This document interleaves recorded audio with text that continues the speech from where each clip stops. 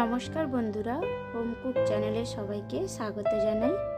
আজকে আমি বানাবো চিকেন কিমা মশলা গ্রেভি।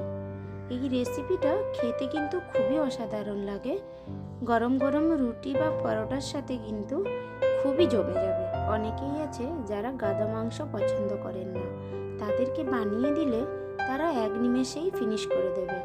তবে দেখতে থাকুন রেসিপিটি আমি কিভাবে বানাই। রেসিপিটি বানানোর জন্য গ্যাসে আমি একটা প্রেসার কুকার নিয়ে নিয়েছি। তাতে দিয়ে দিলাম 3 টেবিল স্পুনের মতো কুকিং অয়েল, যে কোনো অয়েলই আপনারা ইউজ করতে পারেন। আর দিয়ে দিলাম কিছুটা গোটা গরম মশলা। গরম মশলাতে নিয়েছি তেজপাতা, জিরে আর এলাচ, দারচিনি। গোটা গরম মশলাগুলোকে 1 মিনিটের মতো ভেজে নেব। একটা সুন্দর গন্ধ ছেড়ে দিলে দিয়ে দেব দুটো মিডিয়াম সাইজের কুচনো পেঁয়াজ। পেঁয়াজগুলোকেও আমি 1 মিনিটের মতো নাড়াচাড়া করে হালকা ভাজা করে নেব। আবার দিয়ে দিচ্ছি কুচনো কারি পাতা। কারি পাতাটা দিয়ে পেঁয়াজ আর কারি পাতা দুটোকেই আমি গোল্ডেন ব্রাউন করে ভেজে নেব।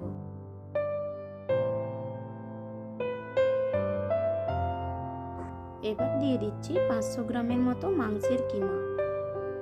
গাদা মাংসগুলোকে আমি দোকান থেকেই কিমার সাইজে বানিয়ে নিয়ে এসেছিলাম, আপনারা চাইলে ঘরেও কেটে নিতে পারেন। এবার সমস্ত উপকরণগুলিকে আমি মিক্স করে নিচ্ছি। মিক্স করতে করতে আমি 5 থেকে 6 মিনিটের মতো কুক করব, যতক্ষণ না মাংসের কালারটা চেঞ্জ হয়ে যায় আর মাংস থেকে জল না ছেড়ে দেয়। ভিডিওটি সম্পূর্ণ দেখবেন, আশা করি খুব ভালো লাগবে। এই রেসিপিটি এত সুন্দর আর এতটাই লোভনীয়, আমাদের বাড়িতে যেদিন আমি বানিয়েছিলাম পুরো টানাটানি পড়ে গেছিল, নিমেষেই ফিনিশ হয়ে গেছিল। আশা করি আপনাদেরও তাই হবে। তবে দেখতে থাকুন, যাবেন না কিন্তু। কথায় কথায় চিকেনগুলোও কুক করে নিয়েছি। এবার দিয়ে দিচ্ছি আদা রসুনের পেস্ট, স্বাদ মতো লবণ, হলুদ গুঁড়ো, লঙ্কার গুঁড়োটা স্বাদ অনুযায়ী দেবেন। দিচ্ছি ধনে গুঁড়ো, জিরে গুঁড়ো, গোলমরিচের গুঁড়ো, কাসুরি মেথি, আর দিচ্ছি সামান্য ফেটানো টক দই। এবার দিচ্ছি 4টে কাঁচা লঙ্কা, টমেটো স্লাইস। এবার আমি সমস্ত উপকরণগুলিকে 5 মিনিটের মতো কন্টিনিউয়াসলি নেড়ে নেড়ে কষতে থাকব। ভিডিওটি ভালো লাগলে একটা লাইক করে দেবেন আর সকলের সাথে শেয়ার করবেন। আর একদম ভালো লাগলে আমার চ্যানেলটিকে সাবস্ক্রাইব করে নেবেন। কথায় কথায় মশলার সাথে মাংসগুলোকে ভালোভাবে কষিয়ে নিয়েছি।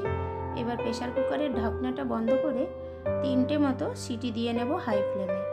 দেখুন 3টে সিটি দিয়ে নিয়েছি। এবার দেখুন কালারটাও খুব সুন্দর এসে গেছে। এবার হাই ফ্লেমে 3 মিনিটের মতো কুক করে নেব। এবার তার সাথে সাথে খুন্তিটাকেও চালিয়ে একটু গ্রেভিটাকে গাঢ় করে নেব।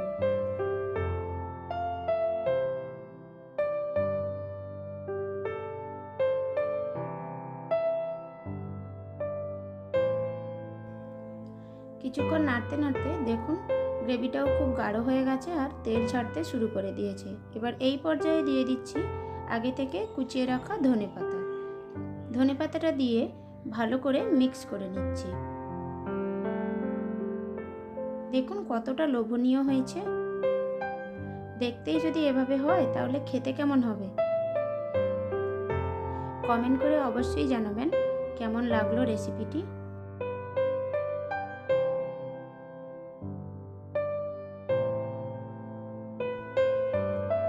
রেসিপিটি সম্পূর্ণভাবে রেডি হয়ে গেছে। এবার গরম গরম রুটি বা পরোটার সাথে শেয়ার করবেন। এই রেসিপিটি এত সুন্দর খেতে হয়েছিল বন্ধুরা, কি বলবো, বলে তো বোঝাতে পারছি না।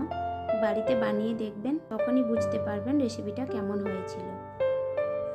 আর হ্যাঁ, কয়েকটা রুটি বা পরোটা এক্সট্রা বানিয়ে রাখবেন, না হলে কিন্তু শর্টেজ পড়ে যাবে। এইভাবে নিত্য নতুন রেসিপি পেতে আমার চ্যানেলটাকে সাবস্ক্রাইব করে নেবেন আর পাশে থাকা বেল আইকনটা প্রেস করে দেবেন। দেখা হচ্ছে পরের ভিডিওতে।